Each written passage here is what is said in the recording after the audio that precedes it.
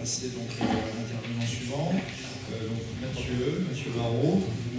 Donc, Mathieu Barrault est également enseignant, donc professeur à l'unité de Cachan, et spécialiste également donc, en aéronautique légère. Voilà, c'est un peu mon dada. Et c'est un peu son dada, et il utilise d'ailleurs pas mal dans ses enseignements, je crois savoir. Donc, bonjour, Mathieu Barrault, professeur de conception à l'unité de Cachan, et de mécanique, et de thermo, etc. Et avec une forte dominante sur les projets aéronautiques. Alors, je vais vous parler un petit peu du métier de prof, parce que je suis professeur, soutier dans le supérieur, qui a pour fonction, les parents ayant pour fonction de faire ranger la chambre à leurs enfants.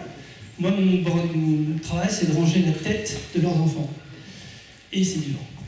Alors, j'ai eu la chance de faire partie d'une génération qui a connu le passage de la planche à dessin à la 3D. Et moi, quand j'ai vu ça, j'ai dit, ça pète la classe. C'était vraiment un outil extraordinaire pour notre métier. C'est clair que ça a énormément révolutionné la manière de travailler, beaucoup plus efficace. Mais en tant que prof, je me suis aussi rendu compte que si l'outil est extraordinaire, l'outil virtuel, le modeleur 3D virtuel, il recèle des pièges qui sont, eux, pas du tout virtuels. Et c'est un peu ça, c'est ce retour d'expérience que dont je veux vous faire part aujourd'hui. Donc je vais vous parler un peu de ma problématique de prof, des dangers que j'ai identifiés du monde virtuel, une réflexion que je me suis fait sur le processus de conception qui m'a pas mal aidé en fait à comprendre, ça, revoir, enfin, ça permet de faire le lien avec ce qu'on a vu ce matin. L'intérêt de la chaîne numérique et puis comment on peut mettre en forme tout ça dans des applications pédagogiques. Alors on va commencer par la problématique. Alors la problématique du prof, c'est que les étudiants y croient que la conception c'est ça. C'est relayé par les technocrétins de journalistes médias qui n'arrêtent pas de faire la pub en disant c'est extraordinaire, j'appuie sur le bouton, l'imprimante 3D me sort l'intégralité du produit, etc. Alors, c'est un peu ça, il ne faut quand même pas nier le progrès, hein, c'est clair, mais c'est aussi beaucoup ça. C'est-à-dire, avant d'y arriver, il y a du boulot à faire, on y passe du temps, et on a beau avoir des outils de virtualisation qui, encore une fois, sont absolument extraordinaires hein, pour le métier d'ingénieur, moi je trouve que c'est une vraie révolution, bah, c'est pas facile à faire. Et donc, notre boulot de prof, c'est d'habituer les étudiants à passer du virtuel au réel, de les pousser à la pratique, parce qu'ils sont bien confortablement assis dans leur monde virtuel, hein, et puis de les pousser aussi à l'expérimentation. Il faut se rendre compte que nos étudiants, le monde virtuel, ça leur fait absolument pas peur. Hein. Ils sont totalement à l'aise avec le logiciel de CAO, tout va bien, ils sont très contents, c'est un monde parfait, mais bon, c'est le but de nos formations, c'est de former des gens qui vont faire des choses réelles. Une petite différence. Alors, quelques dangers identifiés du monde virtuel. Bon, alors le plus gros des dangers, c'est celui-là. C'est-à-dire que, comme on est dans un monde absolument parfait, je parle de modeleur volumique, très très vite, on a tendance, si on fait pas gaffe, à faire ça, quoi. C'est-à-dire que les étudiants, ils peuvent concevoir des usines à gaz, des trucs complètement délirants sur la CAO, et ils ne se rendent pas compte, c'est pas de leur faute, simplement ils n'ont pas l'habitude en fait de boucler sur le réel, ils ne se rendent pas compte que c'est complètement délirant. Pourtant, moi je me rappelle de mon enfance avoir vu des affiches qui disaient que les usines à gaz c'était des établissements dangereux, insalubres et incommodes, donc il faut faire gaffe avec les usines à gaz, il faut éviter de concevoir des trucs trop compliqués. Ça c'est un des premiers gros problème, c'est ce que j'appelle l'effet usine à gaz, c'est-à-dire que la déconnexion du réel fait que dans l'univers complètement virtuel, on a tendance à faire souvent trop compliqué. Bon, le deuxième effet, tous les profs le connaissent, hein, l'ordinateur c'est Dieu. On ne remet pas en cause. Hein. Quand il sort un résultat complètement aberrant, voilà, c'est l'ordinateur qui l'a dit. Donc, moi j'ai des étudiants qui m'ont soutenu Mordicus, qui est un vélo mobile qui pouvait aller à 3500 km/h. C'est pas de problème. Donc voilà, donc il y a cet effet-là qui est très dur. En plus de ça, qui est encore plus dur avec des logiciels de simulation et qui font des super trucs en couleur qui pètent la classe. Après, nous, on arrive, on dit non, mais c'est n'importe quoi, il y a 200% d'erreurs. Ah ouais, le monsieur, c'est en couleur. Voilà. Ok. Et puis, il y a l'effet au monde virtuel, c'est-à-dire que c'est très confortable, le monde virtuel. Parce qu'on n'est pas remis en cause. Tout marche au monde virtuel. C'est un peu comme moi, je suis aussi prof de méca. Bon, bah, méca, c'est tranquille, hein, ça fait un siècle, enfin, ça fait 2 siècles que c'est pareil. Ça ne change pas. Le PED, il est toujours valable, voilà, ça travaille sur des modèles plutôt théoriques. Bah oui, mais le réel, c'est pas tout à fait ça. Donc ça, c'était sur les dangers. Alors sur le processus de conception proprement dit, je l'ai dit et je le redis, hein, nous, on est là pour former des techniciens et des ingénieurs. Et les techniciens et les ingénieurs, ce sont des gens dont le boulot est de faire des trucs réels. Pas forcément concret. Hein. Un film, par exemple, c'est quelque chose de réel. Vous avez passé du temps à mettre en forme, à faire du montage, etc. Et ça, c'est assez difficile. Et surtout d'avoir une méthode de travail qui est assez différente de celle auquel on est habitué en tant qu'étudiant quand on fait tout son secondaire, en fait, son enseignement secondaire. Alors pourquoi ça? Parce qu'il y a la célèbre méthode cartésienne qui dit que quand on aborde un problème compliqué, il faut commencer par séparer en petites branches simples. Ça, c'est très bien, effectivement, parce que pour appréhender un domaine où il y a beaucoup de connaissances à apprendre, et ben c'est plus facile de faire, aussi pour des problèmes d'organisation, plus facile de faire un cours de mécanique, un cours de résistance matériaux, un cours d'études, ce que je veux. Sauf que les gens, ils vont jamais jusqu'au bout de la citation de Descartes, qui dit après avoir fait ça, il faut faire la synthèse. Et ça, tout le monde l'oublie. Et donc, l'enseignement, et aussi pour des questions de praticité d'organisation, il ne faut pas le nier, c'est organisé plutôt sur la première méthode. C'est-à-dire, je caricature un peu mes collègues profs de maths en disant, un problème de maths, c'est quoi? Vous avez un problème, vous avez une méthode, et vous avez un résultat, et il est unique. Hein, le point d'exclamation, c'est quoi un point d'exclamation? Ça veut dire unique. Les mathématiciens, ils adorent ça. Ils démontrent que c'est unique. Et bien ça, c'est carrément pas ce qu'on a dans l'industrie. Et j'ai mis du temps à me rendre compte. Dans l'industrie, en fait, c'est les Sherlock qui ont raison. C'est-à-dire que, je te dis, en essayant continuellement, on finit par réussir. Donc, plus ça rate, plus on a de chances que ça marche. En fait, c'est ça. L'industrie, mais d'ailleurs, comme nous, les profs, hein, travaillent sur des processus qui sont bouclés. Donc là, je fais la boucle avec ce matin, hein, parce que, finalement, on est des systèmes asservis, on fait un cours, ça se passe pas super bien, on modifie un peu notre cours, ça se passe toujours pas super bien, mais c'est pas grave.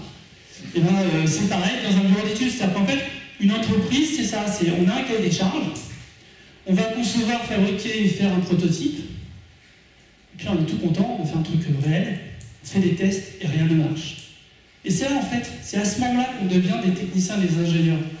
Parce que si ça marchait, ben, il n'y aurait plus besoin de nous. Et la réalité, c'est que ça ne marche pas super, il y a toujours des petits trucs à régler, des petits grains de sable, etc. Et c'est dans cette boucle de correction qu'on fait notre métier. Alors évidemment, et c'est là que la 3D amène un outil extraordinaire, c'est que le but, c'est de faire le moins d'itérations possible. Parce que si vous dites le nombre d'itérations, eh bien vous êtes de plus en plus efficace, ça coûte moins cher, etc. Et là, effectivement, les outils 3D améliorent vraiment les choses. Mais il faut être convaincu d'une chose, hein, c'est que comme tout super outil, ça décuple les capacités des bons et ça rend encore plus nuls les mauvais. Ça creuse les écarts types. Donc notre boulot de prof, c'est de faire très attention à ça. Alors il se trouve que pour l'enseignement, on a de la chance parce que l'écosystème dans lequel on évolue depuis une dizaine d'années, c'est-à-dire la profusion des modeleurs 3D ergonomiques, on va dire faciles à utiliser, et des machines qui leur sont liées, ce qu'on appelle un peu la chaîne numérique, vu du point de vue du pédagogue, hein, c'est-à-dire des machines qui sont faciles à interconnecter avec des logiciels de CAO et qui permettent assez facilement de produire des choses, nous facilitent un petit peu le boulot. C'est-à-dire que notre boulot, c'est d'habituer les étudiants à passer au réel.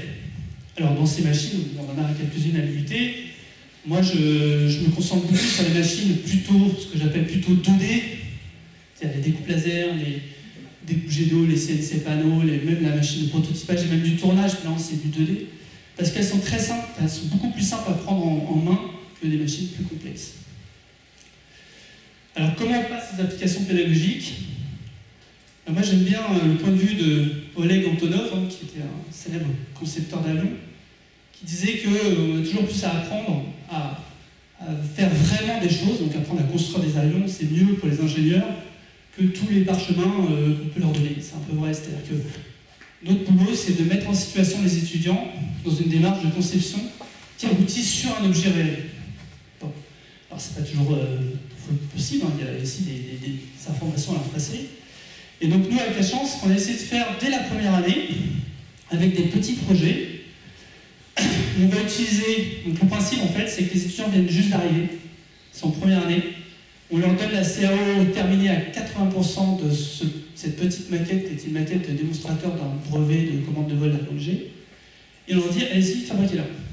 Ça, c'est le premier objectif. Et le deuxième objectif, donc vous remarquez, c'est une structure d'aile avec un longeron, des nervures, etc. Et on leur dit, voilà, vous allez optimiser le longeron sur un critère de type résistance-masse. Et on fait un petit concours à la fin, parce que ça motive toujours les troupes de faire un petit concours. Et donc là, les étudiants, ils disent, oh, bah, c'est facile, je vais imprimer sur la découpe laser, parce qu'ils disent imprimer pour tout maintenant. Donc ils commencent à assembler leur petite maquette, et puis là, ils voient que bah, ça sent pas très bien, que tiens, c'est pas assez rigide, etc. Et ils commencent à rentrer, en fait, dans ce que j'appelle les boucles itératives de conception, où par eux-mêmes, en fait, en faisant des essais qui, pour le coup, ne coûtent pas très cher, parce que des découpes laser, c'est facile à mettre en œuvre, les font rentrer dans ce processus naturel d'itération. Et en plus, il y a une motivation, mais on les force à toujours modifier la CAO, c'est-à-dire jamais bricoler direct, jamais prendre le rap et commencer à rapper. Hein. Non, on modifie la CAO, on fait la boucle, etc. Deuxième chose que je veux vous montrer, c'est qu'il est hyper important de passer au réel, parce que ça, c'est un des... Bon, il y a la Coupe de France de robotique, des équipes fabriquent des petits robots et font des concours. Moi, j'y ai participé une année, et c'était une année où il fallait faire tomber les quilles dans le camp adverse. Et on avait le droit d'embarquer 8 balles dans le robot au départ, et je m'étais aperçu qu'avec 8 azimuts de tir, on couvrait toutes les positions possibles. Donc j'ai dit, avec les étudiants, on a dit, bon, on va faire 2 rangées de 4 canons superposés pré-pointés, et puis au début du match, boum, on balance 2 salves, technique russe, et on couche tout. Ça marchait super bien. Sauf que pour faire ça, il fallait faire un canon, puis bon là c'est un canon, c'est ultra simple, hein, c'est un ressort, un piston, c'est technique flipper. Donc je dis aux étudiants, ça c'est bon, c'est sûr ça marche, c'est tellement simple, etc. Très très confiant. Plus tu prends le méca, donc la balistique ça marche bien, vous allez voir ça va être super et tout. Et puis faites-moi un proto, donc ils vont découper un tube à l'atelier, mettre un ressort, etc. Et ils reviennent me voir en disant, monsieur, on a un gros problème, la balle part à 90 degrés de l'axe du canon. Voilà. Et bien la réalité c'est ça. C'est que vous êtes tout confiant dans votre agrégation de mécanique, prof de mécanique, prof de bureau d'études, etc. Et puis vous avez des étudiants qui vous font une blague et qui vous disent non, ça part à 90 degrés du canon. Alors vous ne croyez pas au début. Vous dites faites pas un essai, ils le font dans le couloir, ça tape dans les murs. Là, il y a un moment où votre savoir est un peu remis en cause. Et bien, donc j'avoue sur le coup, et là il faut, c'est là que l'on est important, c'est-à-dire que les étudiants, pour essayer de résoudre ça, ils partent dans toutes les directions. C'est normal, hein. Et nous, on va amener de la démarche scientifique. On va faire une hypothèse, on essaie de la tester, etc. Mais la différence, c'est qu'on a... Enfin, là, c'est un problème très très long, parce que c'est quasiment impossible à modéliser, ça. C'est-à-dire que la balle, c'était une balle de caoutchouc, enfin, c'est... Alors, qu'est-ce qui se passait, en fait? Nous, on a fait plein d'hypothèses, on a résolu ça en une journée, hein, mais on a fait plein d'essais pour résoudre, on n'a pas trouvé le premier coup. Donc en fait, ce qui se passait, c'est que les ressorts étaient très raides, tapés sur la balle qui se déforme, bon, d'impact, ils se déforment axialement, et comme c'est un polymère type caoutchouc, ça se comprime à volume constant. Donc elle se dilatait radialement. Se dilatant radialement, elle se sertissait dans le canon, il y avait de l'adhérence, et dès qu'il y a de l'adhérence et du frottement mécanique, c'est la merde. Ça faisait un effet de lift monstrueux, ça partait sur les côtés, etc. Voilà. Ça, bonjour pour aller modéliser ça. Et de toute façon, vous n'avez pas le temps. Ce problème est intéressant pour un chercheur, mais ça va peut-être l'occuper 3 ans. C'est ultra chaotique. Et l'industrie, elle s'en fout. Ce qu'elle veut, c'est une solution qui marche. Elle s'en fout de l'élégance de la solution. Et vite. Donc là, il faut faire des essais. Donc, on a fait des essais, j'ai essayé de cadrer un peu ça. Et puis finalement, on s'est rendu compte que bon, on va mettre un peu plus de jeu. Donc ça limite le phénomène. Comme les canons étaient un peu pointés vers le bas et mal tombés, donc on a mis des cils en corde de piano. pour tenir les balles. Et puis voilà, au bout d'une journée, on tirait sur un pied de chaise à 10 mètres. Mais ça, c'est très très très important. C'est-à-dire qu'on ne peut pas être un bon concepteur si on ne passe pas un peu à la pratique d'une manière ou d'une autre, ou en tout cas si on ne montre pas aux étudiants qu'il faut passer à la pratique. Vous ne ferez pas opérer par un chirurgien qui ne fait que de la théorie. Donc j'encourage la fac à faire ça, et en conclusion, c'est ça que je veux dire, ce que je vous ai dit, les outils numériques, en particulier toute la chaîne numérique, c'est génial, ça décuple les capacités des bons. Mais il faut se rappeler que ça cause aussi les écarts types et que donc notre boulot, c'est de faire en sorte d'habituer les gens à toujours être dans cette démarche. C'est-à-dire que même les gens très moyens, si on les habitue à faire des itérations, ils finissent par faire des super objets. Enfin, c'est le processus naturel. Mais il faut vraiment mettre les étudiants dans cette situation-là. C'est d'autant plus difficile que la première chose qu'ils produisent, moi je vois très bien, ils produisent la première maquette qu'ils font, elle est complètement pourrie. Ils sont super fiers parce qu'ils ont trouvé la solution unique du prof de maths. Ils arrivent et me disent oh, regardez, on a fait notre truc. Et je leur dis mais c'est de la merde, tu fais ça à la poubelle, tu refais. Et là, le monde s'écroule pour eux. C'est-à-dire que comment ça ce n'est pas la solution unique. Non, le monde s'écroule et on dit non, tu vas voir, on va modifier des paramètres, tu vas régler tes potards, etc. Et tu vas aboutir à un truc qui sera nettement mieux. Et quand ils y arrivent, parce qu'ils y arrivent, alors là, il y a une fierté énorme. Et c'est ça c'est le goût qu'il faut leur donner, parce que c'est ça en fait le métier de l'ingénierie et des techniciens. Voilà, et on a de la chance parce que effectivement, les moyens numériques modernes permettent de faire ça de manière très aisée, avec des machines qui coûtent un peu moins cher qu'avant et qui sont efficaces. Donc en conclusion, comme disait l'autre, arrête de parler et on passe à la fabrication. Je vous remercie. Merci Mathieu.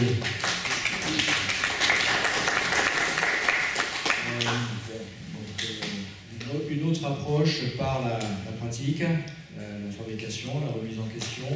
Bon, c'est un petit peu ce qui est fait dans le cadre des projets quand même en DUT, sauf qu'avec le Cachan, c'est vrai qu'il démarre assez rapidement sur les projets dès la première année pour allier, on va dire, la conception et la fabrication pour remettre en cause et créer, générer cette boucle qui est très intéressante. Il y a une chose importante, on a fait ça parce qu'on avait une perte de motivation des étudiants dans les 3 premiers mois. Ils arrivaient, ils faisaient beaucoup de remises à niveau dans les matières scientifiques. Et on voulait alors que quand ils viennent au JPO, ils voient plein de trucs, il faut vous envoyer quelques-uns là, et ils disent ouais c'est super, je vais faire plein de trucs et tout, ils arrivent, ils font des maths.